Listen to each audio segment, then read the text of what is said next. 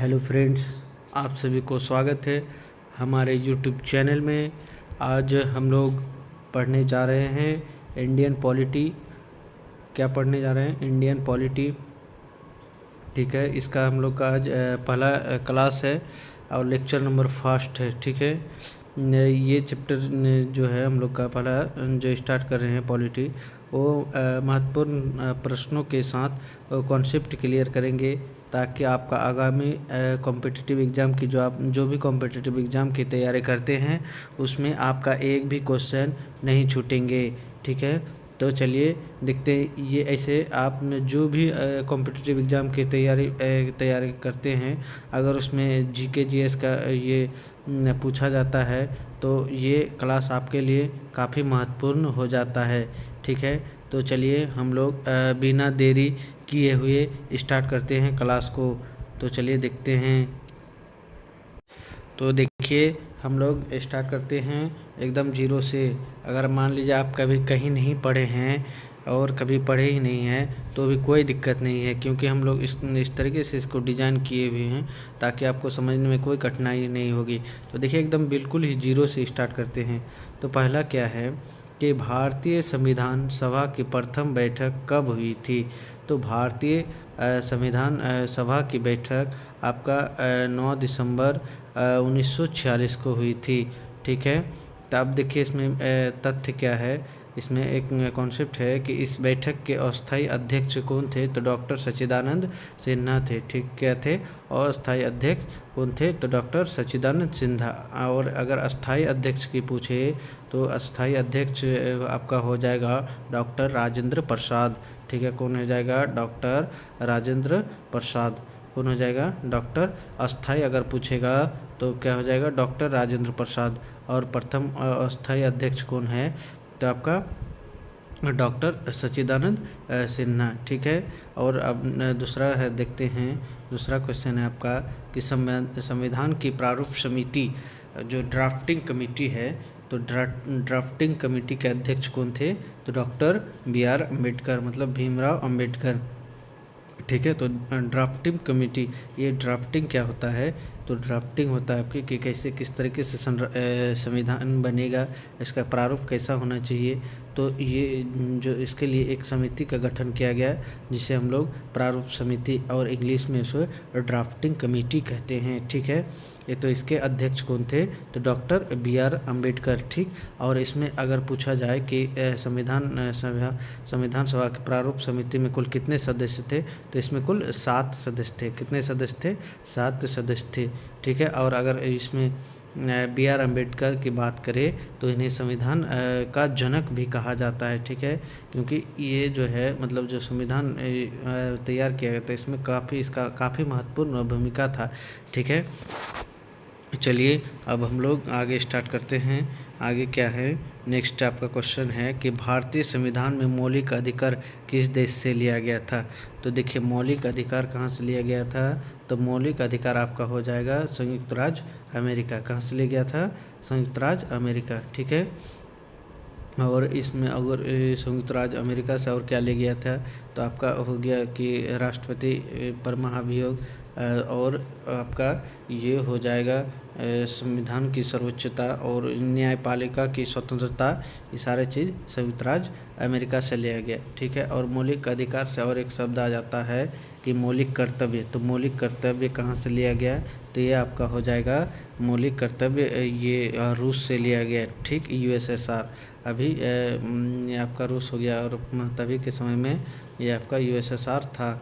ठीक है, उससे लिया गया है। ठीक, तो ये सब मौलिक कर्तव्य कहाँ पर है? संविधान के अनुच्छेद 51 क में इसका मौलिक कर्तव्य का बारे में दिया गया। और मौलिक अधिकार है आपका अनुच्छेद ये क्या 5 से 12। ठीक है, तो चलिए अब आगे नेक्स्ट देखते हैं।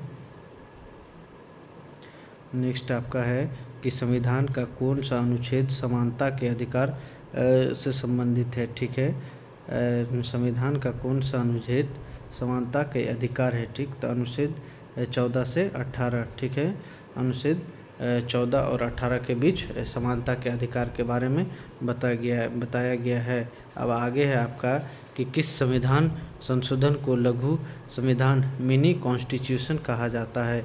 तो 42वां संविधान संशोधन 1976, 42वां संविधान संशोधन 1976 को मिनी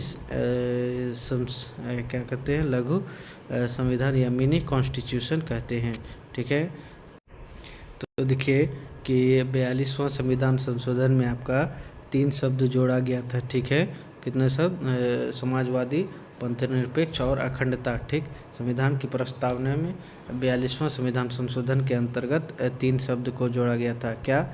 समाजवादी, पंथनिरपेक्ष और अखंडता। ठीक, ये तीनों जो है आपका शब्द याद कर लीजिएगा, कभी कभी एग्जाम में पूछ देता है। क्या मतलब, लगभग पूछ ही देता है कि समाजवादी, पंथनिरपेक्ष और अखंडता।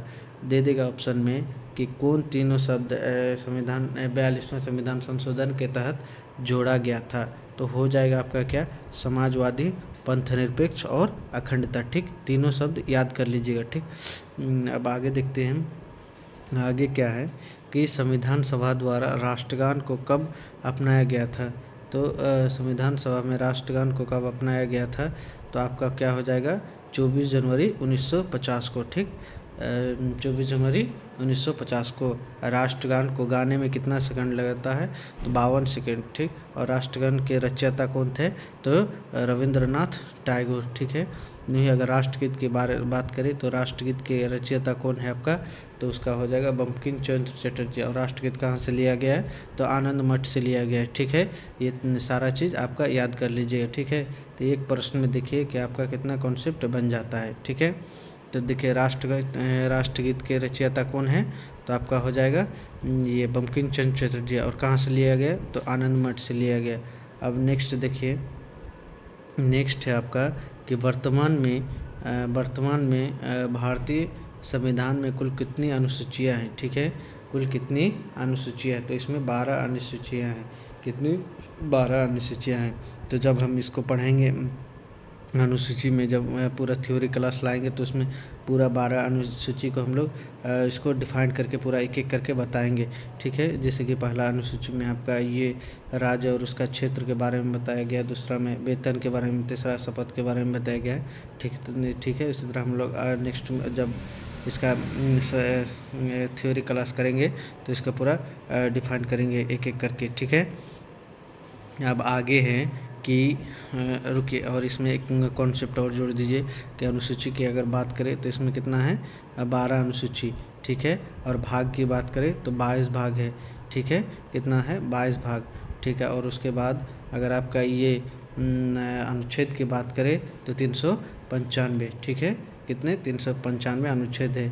ठीक है, समझ में आ गया। अब आगे है आपका कि डॉक्टर अंबेडकर ने किस अनुच्छेद को संविधान की आत्मा और हृदय कहा जाता है।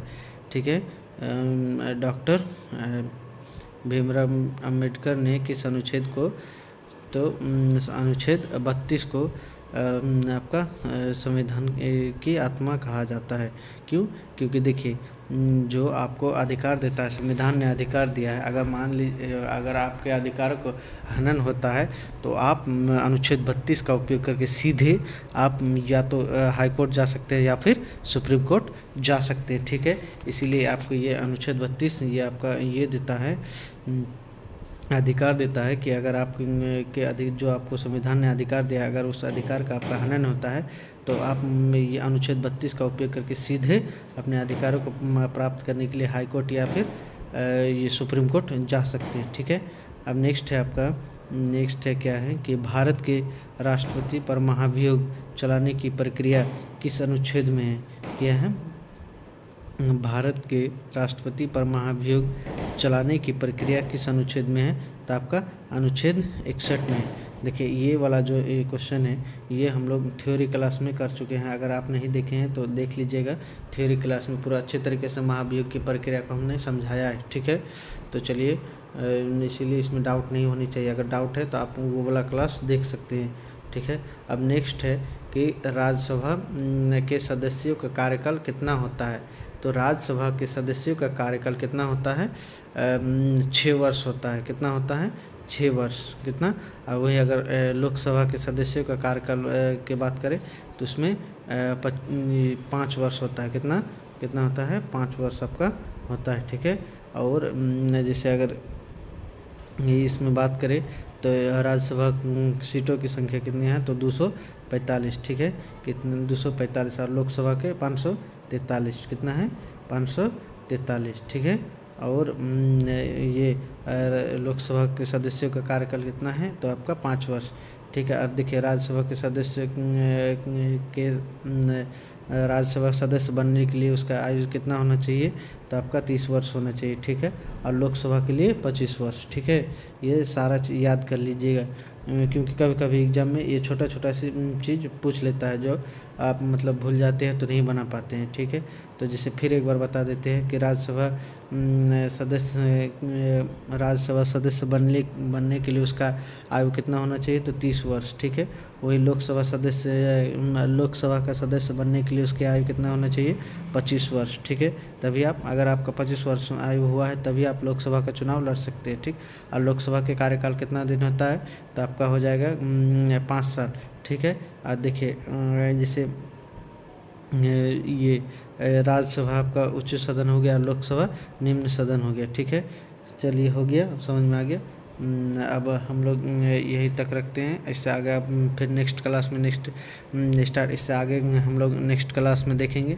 तब तक के लिए अगर वीडियो में कुछ डाउट हो तो हमें कमेंट सेक्शन में पूछ सकते हैं। बाकी वीडियो कैसे लगा उसकी राय भी हमें कमेंट सेक्शन में दीजिएगा। धन्यवाद।